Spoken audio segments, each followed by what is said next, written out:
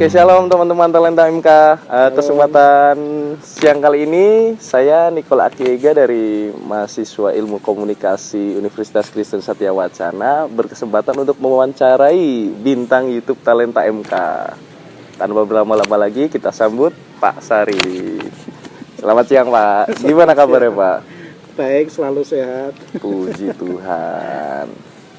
Baik, nama saya Sari Frihono. Panggilannya Sari. Tapi yakinlah saya laki-laki. Karena dalam tradisi di Jawa itu nama Sari biasanya perempuan. Oh. Jadi saya selalu bilang nama saya Sari Frihono, panggilannya Sari. Tapi yakinlah saya laki-laki. Nah, orang pasti bertanya, kok namanya Sari? Iya. Pada cowok. Saya lahir 26 April 1967 di Brebes. Oh. Ya. Oh, Pak Sari orang Brebes tuh. Orang Brebes. Sama berarti Pak. Jadi gembeng, gampang nangis. Itu kelahiran saya. Cuma ketika saya berumur 3 hari saya dibawa ke Solo. Jadi ayah ibu saya bisa ngapak-ngapak, tapi saya tidak bisa ngapak-ngapak. Berarti Pak Sari dari kecil di Solo, ya di Brebes ya Pak? Ya, umur 3 hari saya di Solo. Nah, sekarang saya melayani di GKJ Menara Kasih Salatiga. Saya pikir itu ya. Iya. Kalau mungkin perkenalannya panjang nanti. Hobi Pak Sari mungkin Pak? Nah, hobi saya mungkin lebih tepat tidak disebut hobi ya, tapi maniak tuh ya. Mania. Di atasnya. Oh ya, di atasnya atas hobi. Saya suka bersepeda jarak jauh, ratusan kilometer. Bisa dari Salatiga pernah sampai Pacitan, 3 hari. Dan maniak yang lain berenang. Oh, selain bersepeda berenang juga ya Pak? Berenang. Sehingga saya seringkali bersepeda ke pantai, kemudian berenang di laut. Oh. Dan pernah hampir mati di laut. Karena saya terseret, kalau dalam bahasa Inggris disebut rip current, kalau orang-orang teman-teman Cilacap bilang buleran. Buleran itu arus yang membawa barang termasuk manusia dari darat ke laut. Itu selama masih dalam di tengah-tengah buleran itu saya nggak bisa balik. Terus bagaimana Pak? Ya, di video saya yang lain saya menjelaskan saya ditolong bule pakai papan selancar. Oh. Tapi saya sudah setengah jam di laut. Berkatun-katun. Berarti survive selama setengah jam di tengah laut? Iya. Survive sendiri tuh Pak? Iya. Oh. Ya. Sempat putus asa, sempat bilang dia mati aku. Tapi ternyata Tuhan belum menghendaki hari itu selesai. Oh. Masih harus ketemu Anda semua ini. Oke, mungkin perkenalan yang cukup panjang dan sudah menginspirasi mungkin ya buat teman-teman Talenta MK nih ya. Nah, saya sendiri dan jemaat-jemaat ini kan tahu Pak Sari melayani di GKJ MK itu sebagai pendeta. Nah, awal mulanya tuh gimana Pak? Menjadi dari belum menjadi pendeta sehingga menjadi pendeta tuh prosesnya bagaimana Pak? Dulu sebenarnya saya sudah sempat menjadi pegawai negeri. Saya diangkat pegawai negeri tahun 87 di UNS, Universitas 11 Maret. Iya, di Solo. Ya, Universitas Negeri Surakarta 11 Maret. Terkenalnya Universitas 11 Maret. Tahun 87, tapi kemudian tahun 96 saya mengundurkan diri dari pegawai negeri. Karena? Jadi saya sudah paling tidak 9 tahun menjadi pegawai negeri di sana. Dan saya sebenarnya ya iri dengan teman-teman saya karena saya lulus SMA Negeri 1 Solo, SMA favorit. Tapi saya tidak bisa kuliah ya karena faktor ekonomi. Tapi puji Tuhan saya bisa diterima di UNS sebagai pegawai negeri. Dan saya iri dengan teman-teman karena teman-teman saya kuliah di sana Dan kalau ketemu itu saya membayangkan enak ya jadi mahasiswa ya. Kayaknya sih. Setelah jadi mahasiswa ya ternyata memang enak. Oh. Ya, jadi berangkat dari iri hati dan juga kebutuhan saya harus ambil S1, saya membayangkan S1-nya itu hukum atau ekonomi karena status saya meskipun saya mengelola laboratorium fisika, background saya fisika, tapi status saya bukan dosen, saya laboran, teknisi di laboratorium fisika. Nah, karena status saya bukan dosen, sebagai staf TU statusnya, maka saya ingin ambil fakultas hukum, terutama itu yang saya bayangkan tepat. Rencana saya mengambil di Unisri, Universitas Slamet Riyadi, Solo. Tapi malam hari ketika saya berdoa, esok paginya mau mendaftar, ketika saya berdoa ada suara begini, kamu mau mencari uang atau mencari aku? Suara yang saya dengar jelas, dan di situ saya berdialog. Saya merasa itu suara Tuhan. Saya betul-betul meyakini sampai sekarang. Itu tahun 89. Jadi saya sudah jadi pegawai negeri 3 tahun. Saya menabung dan saya siap kuliah. Itu dalam doa saya berdialog, Tuhan, saya sudah pegawai negeri dan lebih tepat saya ambil hukum, nanti bisa penyesuaian ijazah sehingga saya bisa kenaikan pangkat, gaji saya bisa lebih besar. Alasan saya begitu pada Tuhan. Tapi jawaban kedua sama, kamu mau mencari uang atau mencari aku? Saya beralasan lagi, loh kan saya sudah pegawai negeri, dan kalau saya kuliah saya bisa punya jabatan tinggi, apakah kasubag, kabag atau kepala biro. Dulu paling tinggi kepala biro di UNS. Nah, ternyata jawabannya tetap sama. Kamu mau mencari uang atau mencari aku? Itu bagi saya pengalaman rohani yang luar biasa. Meskipun ada beberapa pengalaman rohani yang lain, tapi itu titik di mana saya merasa saya dipanggil oleh Tuhan dengan cara unik. Dan tiba-tiba di situ saya ada semacam vision, penglihatan, bukan suara, IAKS itu. Dan saya tidak tahu IAKS. Iya. Jadi ada tulisan IAKS berbingkai api gitu, dan saya tidak tahu IAKS itu apa.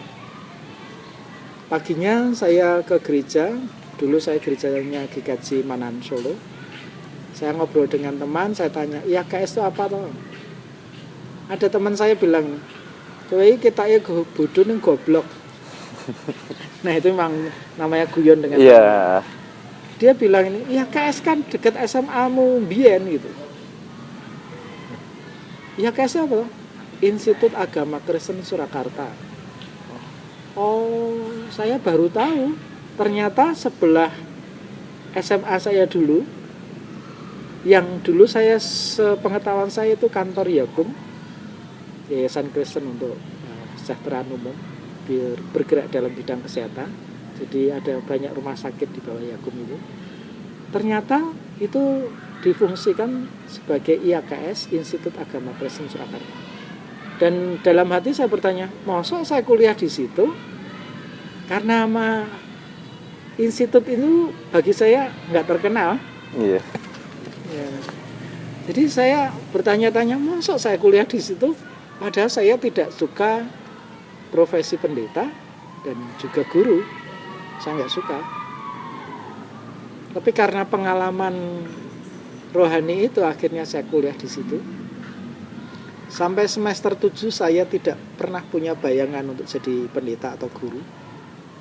Jadi saya pagi bekerja di UNS sampai jam 2 dan kemudian kuliah jam 2 sampai sekitar setengah 7 malam.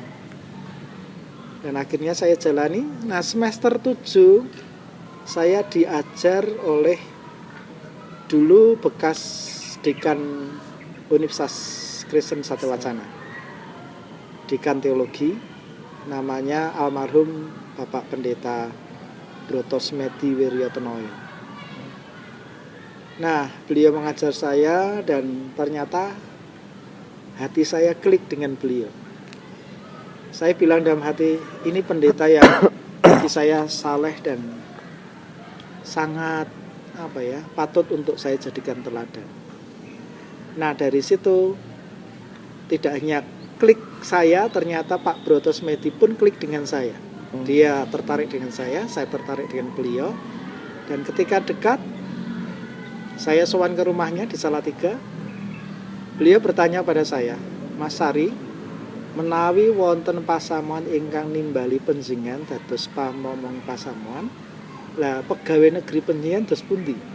Itu bahasa Jawa waktu itu. Bahasa Jawa. Kalau Indonesianya, Mas Sari, kalau ada gereja yang memanggil Anda sebagai pendeta, lalu pegawai negerinya gimana? Dan saya bilang, saya akan keluar. Dan betul, kemudian saya diproses di GKJ Salatiga Timur, dan kemudian ditabiskan 96, sehingga resmi tahun 96 saya keluar dari pegawai negeri dan jadi pendeta di GKJ Salatiga Timur. Begitu sekilas. Iya. Wah, sangat cukup menarik ya teman-teman, cerita dari Pak Sari awal Tapi mula. saya mau menambahkan. Iya. Gimana, Pak? Dari situ ada satu pengajaran yang bisa saya petik, bahwa Tuhan itu bukan sekedar konsep. Tuhan itu bukan sekedar konsep hasil imajinasi orang, tetapi dari pengalaman mendengar suara yang rasanya memang nyaman, hangat, enak. Bagi saya Tuhan itu bukan konsep, betul-betul ada. Dan tidak hanya sekali dua kali pengalaman seperti itu. Jadi saya mau bilang dengan teman-teman, Tuhan itu ada. Dan memang kalau mau menemui orang, ya itu hak Tuhan. Bukan, kok saya enggak? Iya. Saya sudah jadi orang Kristen sekian puluh tahun, kok enggak pernah ditemui atau dengar suara. Nah itu hak Tuhan. Tapi saya mau bilang, Tuhan itu ada. Dan Tuhan itu mengasihi kita. Mungkin yang belum ditemui, mungkin belum waktunya aja mungkin ya Pak. Nah, mungkin sampai mati pun Iya. baru mati ketemu. Baru ketemu. Iya. Oke, berarti Pak Sari ini sebelum melayani jadi pendeta di GKJ Menara Kasih, dulu di GKJ Salatiga Timur. Iya. Baru setelah itu ke GKJ Menara Kasih. Iya. Sampai sekarang Sampai nanti. sekarang. Lalu sampai Jadi, nanti Pak Sari pensiun ya di sini ya Pak? Iya. Saya melayani di GKJ Salatiga Timur sampai 2010. Terus saya alih pelayanan, saya singkat aja. Iya. Saya alih pelayanan di GKJ Menara Kasih Salatiga. Nah, GKJ Menara Kasih Salatiga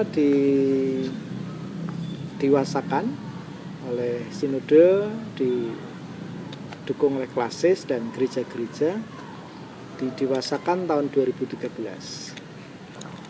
Jadi tentu untuk mendewasakan gereja perlu ada proses-proses. Sehingga saya kemudian diteguhkan, bukan ditabiskan. Iya. Kalau ditabiskan itu pertama kali di GKJ Salatiga Timur, kemudian alih pelayanan, tidak lagi disebut ditabiskan, tapi diteguhkan karena masih pendeta di GKJ Menara Kasih Salatiga. Tahun 2013 sampai sekarang, berarti sudah 9 tahun. Sudah 9 tahun ya. Tapi kalau munculnya Menara Kasih ya tahun 2010. Ya, berarti dengan Menara Kasih ya sudah 12 tahun. 12 tahun ya Pak ya. Cukup lumayan. Cukup Iya. lama lah ya Pak ya. Nah, Dan itu artinya saya cukup tua juga. Ayo, yang penting hobi olahraga Pak. Oh iya. Yang penting jiwanya. Iya, yang penting bisa jiwanya. jadi orangnya muda, jiwanya tua. Nah, selama Pak Sari ini 12 tahun ya Pak di GKJ Menara Kasih Salatiga itu ada kendala nggak Pak? Entah mungkin dari sisi jemaat atau dari mungkin karena ini kan didewasakan oleh sinode, mungkin dari sisi ekonomi atau dan lain sebagainya. Malah ada nggak Pak kendala-kendala? Kalau kendala sih relatif enggak, karena kami sudah mengenal. Jadi Jemaat Menara Kasih itu sebenarnya dulu juga Jemaat GKJ Salatiga Timur. Berarti saya sudah mengenal dari tahun 93 sampai sekarang. Oh, Jadi sudah berapa tahun ya? 29 tahun. 29 tahun. Iya. Sudah mengenal. Jadi tidak ada kendala kalau soal dinamika pelayanan, kadang sepaham, kadang beda paham, kadang sependapat, kadang beda pendapatan. Pendapatan ya.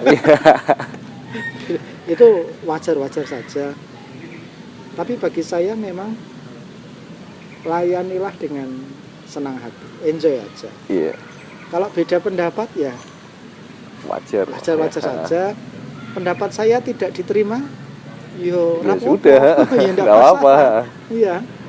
Jadi harus berjiwa besar begitu. Kadang-kadang dalam rapat saya berbeda dengan teman-teman anggota majelis lain, dan keputusannya berbeda dengan apa yang saya punya konsep beda, dan keputusannya berbeda. Ya harus berjiwa besar, ya enggak apa-apa. Kan saya sekedar usul, tidak diterima, ya enggak Iya, enggak masalah, iya, Pak. Nah, untuk berjiwa besar begitu memang tidak gampang. Iya, semua proses ya, Pak ya. Seringkali kan Iya, emosi. pendapat saya, konsep saya yang harus diterima. Iya. Kadang-kadang ya memang kita harus berjiwa besar, tidak harus pendapat kita diterima. Iya. Meskipun mungkin dari perspektif kita iki sing bener jane. Iya. Harus rendah hati dan berjiwa besar. Oke, baik. Tadi udah dapat berapa poin tuh teman-teman talenta MK dari Pak Sari, dari jalan rohaninya, berjiwa besarnya dan segala macam. Nah, selain yang Pak Sari pernah hampir mati di tengah laut, ada nggak sih Pak mujizat-mujizat Tuhan lain yang Pak Sari rasakan sebagai pendeta? Karena kan yang mungkin Pak Sari hampir meninggal di tengah laut itu kan di video sebelum sudah ada dan sudah dijelaskan. Mungkin khusus untuk video ini ada nggak Pak mujizat Tuhan yang Pak Sari rasakan selain? Banyak sih ya. Saya sebenarnya bukan indigo. Iya.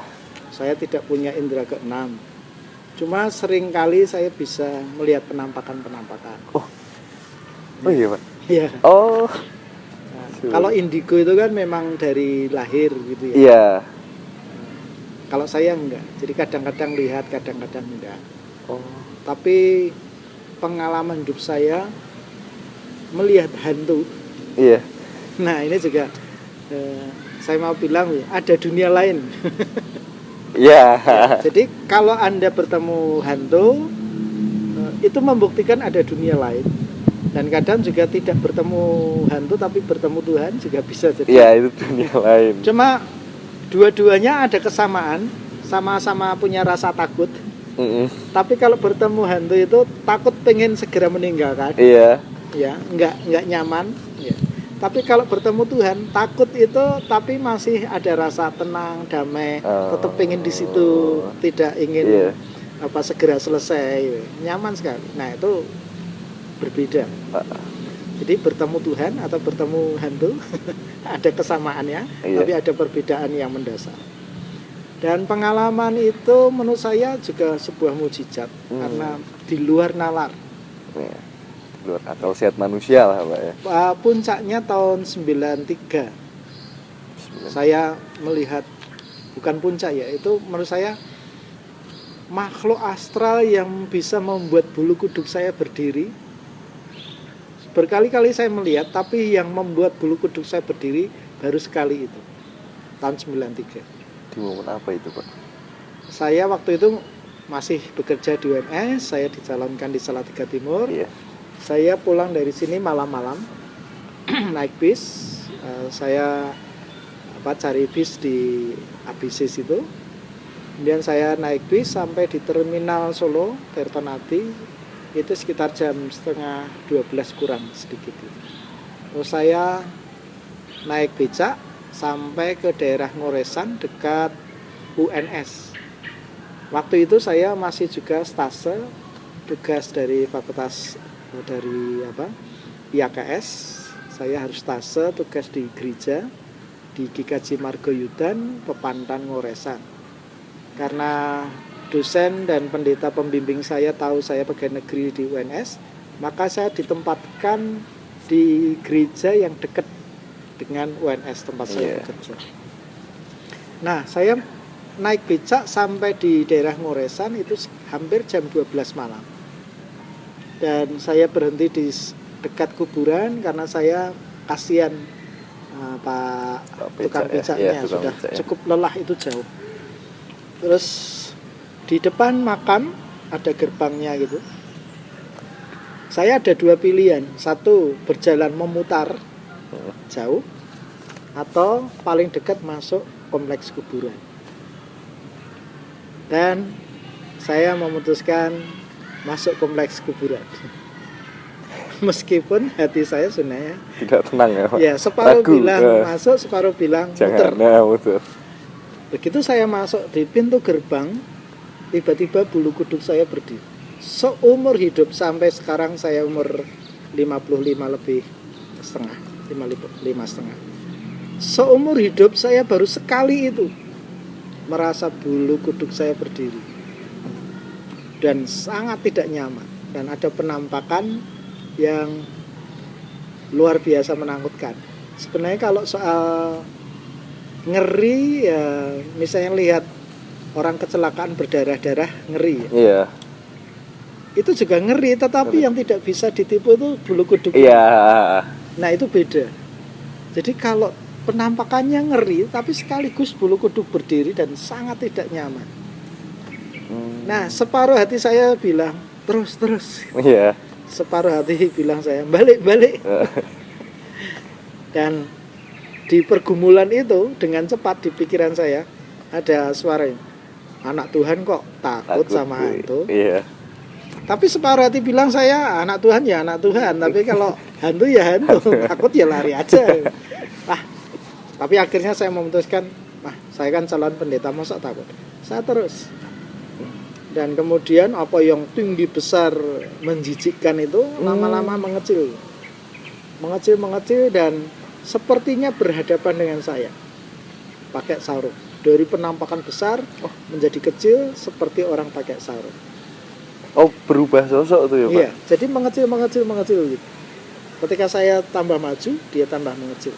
Tapi bulu kuduk masih. Iya. Nah, itu yang tidak bisa dipungkiri.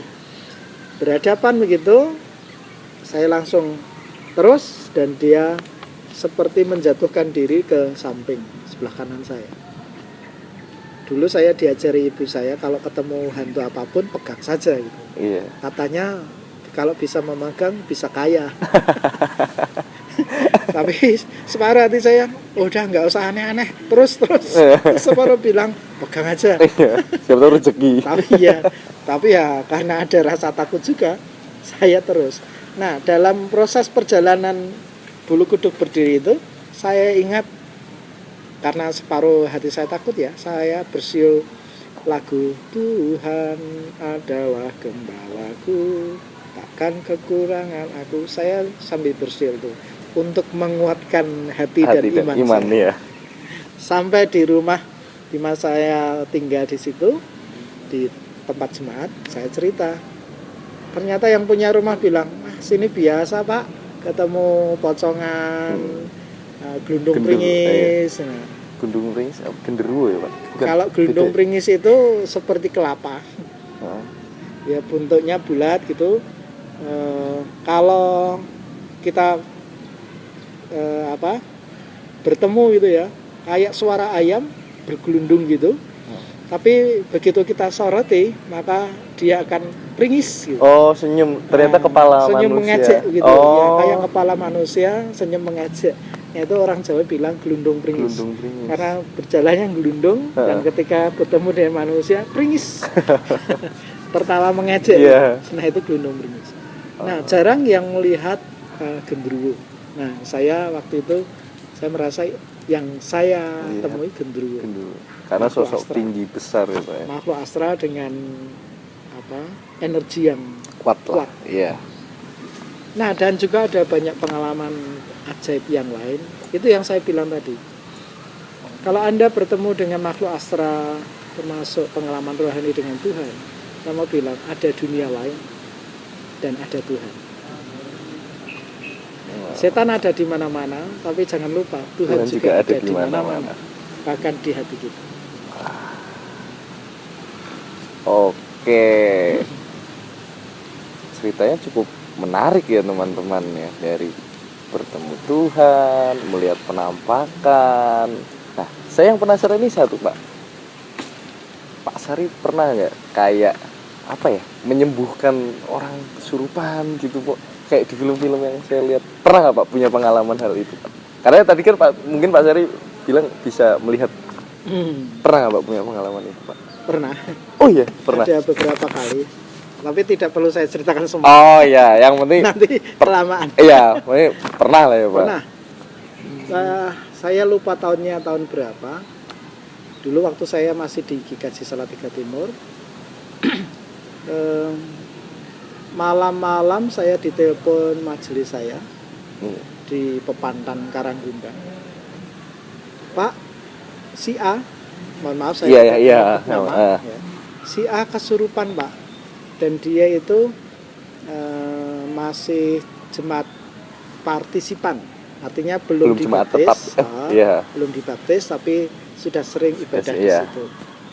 Nah, dia kesurupan, Pak. Sudah ini hari kelima, Pak. Dan katanya tidak makan, tidak minum, tapi masih kuat. Dan dipegangin beberapa orang-orang terlempar mental. Nah, waktu itu saya belum punya pengalaman yang kaitannya dengan eksorsisme. Iya, itu. Penyembuhan orang yang kesurupan. Gitu. Nah, saya naik motor menuju ke Karanggundang sambil berdoa dalam hati saya, Tuhan, saya tidak tahu apa yang harus saya lakukan. Nanti jangan-jangan kalau saya di sana malah saya jadi ikut kesurupan. Karena saya belum pernah punya pengalaman itu. Nah, tapi saya sambil berdoa dalam hati, Tuhan tolong jangan permalukan kekristenan gitu. Iya.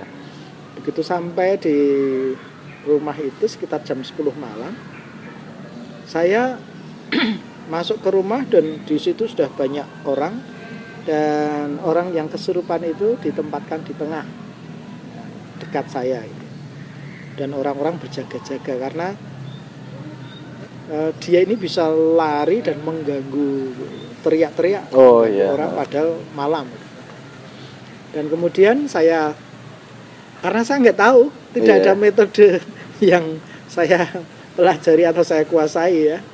Kalau matematika kan ada rumus, fisika ada rumus, kimiawi ada rumus. Ini nggak ada rumusnya. Iya. Saya dalam hati, Tuhan, apa yang harus saya lakukan? Karena nggak ada suara apapun, saya tanya, Bu, masih ingat nggak dengan saya? Tapi bahasa Jawa semua. Sari. Nah, begitu dia nunjuk saya Sari, saya sudah ayem. Wah, ini berarti sembuh ini. Iya. Ternyata habis itu enggak. Terus manggil nama-nama lain. Oh ya berarti belum sembuh. Wah, kucer ini saya bilang. Terus saya masih dalam hati berdoa, Tuhan tolong saya, apa yang harus saya lakukan. Iya. Di tengah-tengah saya berdoa, tiba-tiba itu ada suara di kepala saya ini. Tanya dia mau minum apa. Dan kemudian saya sesuai dengan apa yang di pikiran saya itu, saya tanya, Bu, pakai bahasa Jawa, tapi saya Indonesiakan. Ibu kan beberapa hari belum minum, ini mau minum apa? Tiba-tiba, itu hampir jam 11 malam. Tiba-tiba dia ngomong, degan hijau. Wah, saya kaget, kok bisa dia minta degan hijau. Akhirnya saya minta teman-teman yang di situ, tolong ambilkan, karena di situ ada banyak pohon kelapa. Diambilkan degan hijau. Habis itu saya minumkan ke dia. Begitu dia minum, langsung tidur di pangkuan saya. Tapi agak celaka sedikit saya. Kenapa, Pak? Karena sambil tidur dia meludah terus. Nah, begitu dia sudah kelihatan seperti tidur, saya bilang ke orang-orang, ini sudah sehat. Jadi silakan Bapak Ibu pulang. Iya. Ternyata enggak. Orang-orang di sekitar ngomong ke saya, keputusan kami dia sehat atau tidak hari ini, pokoknya harus keluar dari kampung ini. Oh. Dan keputusannya dibawa ke rumah sakit jiwa di Magelang. Iya. Saya lupa namanya, rumah sakit jiwa Magelang itu apa. Iya. Nah saya bilang ini kan sudah hampir setengah 12 malam, nggak sabar besok pagi saja. Ternyata enggak, keputusan kami karena sudah 5 hari mengganggu kami, sulit tidur di kampung, harus keluar. Ya akhirnya ya sudah, malam itu dibawa ke Magelang. Saya yakin sudah sembuh. Ternyata betul, di sana paginya dia diminta oleh orang-orang di situ untuk mengantar makanan pada pasien-pasien lain dan sudah sehat. Jadi habis itu terus disuruh pulang lagi. Sudah sembuh. Nah, di samping itu ternyata ada blessing yang lain, yaitu suaminya itu ternyata dukun.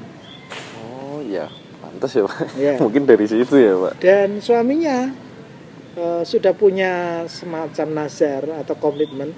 Pokoknya siapa yang bisa menyembuhkan istri saya, agamanya apa, saya akan ikut. Akhirnya sekeluarga itu Jadi Kristen. jadi jemaat di gereja. Oh. Itu bagi saya eksorsisme yang sebenarnya, tapi saya sadar bahwa bukan dengan kekuatan manusia.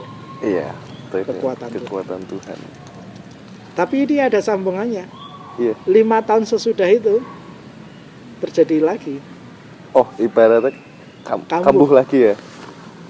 Suatu malam saya berdoa biasa, sebagai orang Kristen berdoa biasa. Iya. Saya melihat ada seorang laki-laki yang membasuh keris. Iya. Dan ada beberapa barang, kalau orang Jawa bilang jimat gitu. Iya. Nah, ada laki-laki yang jamasi itu ngeramasi, mencuci. Nah, kemudian saya pikir nggak ada apa-apa, itu mungkin ya mimpi atau apa saya. Paginya saya ditelepon lagi oleh Majelis Karangundang. Pak, si A yang dulu sembuh sekarang kumat lagi. Wah, saya bilang, waduh. Baik, nanti malam saya ke sana. Begitu saya ke sana, saya ketemu suaminya yang dulu dukun itu. Saya makdek gitu dalam hati. Ternyata laki-laki yang saya lihat tadi malam dan dalam doa saya adalah ternyata orang itu. Dan saya tanya, Pak, apakah tadi malam penjenengan jamasi, mencuci keris dan benda-benda pusaka lain? Dia nggak ngaku. Wah, siapa yang bilang, Pak? Terus saya bilang, tadi malam saya berdoa, saya melihat jenengan Anda mencuci keris. Dan langsung ngaku, iya Pak. Terus saya bilang, kalau Anda masih begitu, jangan berharap istrimu sembuh. Pasti nanti akan kumat lagi. Anda harus membuang semua itu. Dan akhirnya dibuang dan sembuh sampai sekarang. Sampai sekarang sembuh ya Pak. Ya. Nah itu artinya ada Tuhan itu ada dan Tuhan itu berkarya sampai sekarang. Jadi bukan cuma sekedar omongan, bukan cuma teori. Tapi Pak Sari sendiri mengalami bahwa Tuhan itu ada dan mungkin sudah mengalami mujizat bertemu Tuhan gitu ya Pak, dalam mimpi, dalam suara-suara. Ya. Dan apa yang harus saya lakukan? Bagi saya. Dan rasanya memang beda. Kalau doa itu mungkin juga kayak halusinasi ya, tapi ternyata enggak. Suara jelas terdengar. Melihat hantu seperti itu juga real. Dalam kondisi saya berjalan, bukan dalam kondisi tidur, tidak. Itu artinya ada dunia lain, ada Tuhan, dan Tuhan berkarya sampai sekarang. Nah, untuk pertanyaan terakhir dari saya Pak,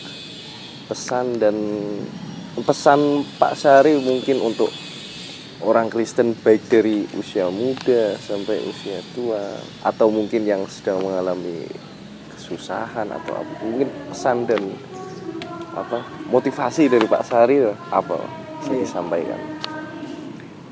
Salah satu ayat yang saya suka ya Iya. dari Alkitab adalah 1 Tesalonika 5 ayat 16. Sebenarnya 16 sampai 18 itu. Iya. Tapi saya hanya 16 saja. Dalam bahasa Yunani sederhana, kairete. Kairete itu diterjemahkan dalam bahasa Indonesia bersukacitalah senantiasa. Jadi kairete itu bisa diterjemahkan dalam arti yang lain blessing, salam damai sejahtera, tapi lebih tepat sebenarnya bersukacitalah kamu. Dan bagi saya pribadi juga untuk teman-teman, apapun masalah Anda, berat seperti apapun, saya pernah juga mengalami masalah berat, sulit, baik campur aduk ya, masalah keluarga ya, masalah keuangan, punya hutang, tidak dipercaya orang dan seterusnya. Tapi firman Tuhan kepada kita adalah bersukacitalah. Karena Tuhan itu Bapa kita. Tidak bisa tidak, Ia mengasihi kita dan Ia selalu punya rancangan yang baik untuk kita. Jadi kalau kita sebagai orang beriman, orang percaya, percayalah Tuhan itu baik. Tidak pernah tidak baik. Ia merancangkan segala hal yang baik untuk saya dan pasti untuk Anda. Apapun beban Anda sekarang ini, yakinlah Dia baik dan Dia punya rencana yang baik untuk Anda dan untuk saya. Jadi happy saja. Pesan saya yang terakhir sebenarnya istilahnya sama. Kairete. Bersukacitalah kamu. Dalam bahasa Inggris, be happy. Be happy. Jadi berbahagia. Iya. Tuhan itu baik. Oke. Puji Tuhan. Itu dari pesan dari Pak Sari ya teman-teman Talenta MK. Dan mungkin saya juga berterima kasih sama Pak Sari sudah menyempatkan waktunya untuk membuat konten podcast ini. Dan kalau misal teman-teman Talenta MK atau di luar subscriber Talenta MK ingin lebih kenal dekat dengan Pak Sari, ikut ibadah aja di GKJ Menara Kasih Salatiga. Ya, saya sambut dengan senang hati. Tuhan memberkati. Tuhan memberkati. Oke. Saya Nicola Akega pamit undur diri dan Pak Sari juga pamit undur diri. Terima kasih. Shalom. Shalom.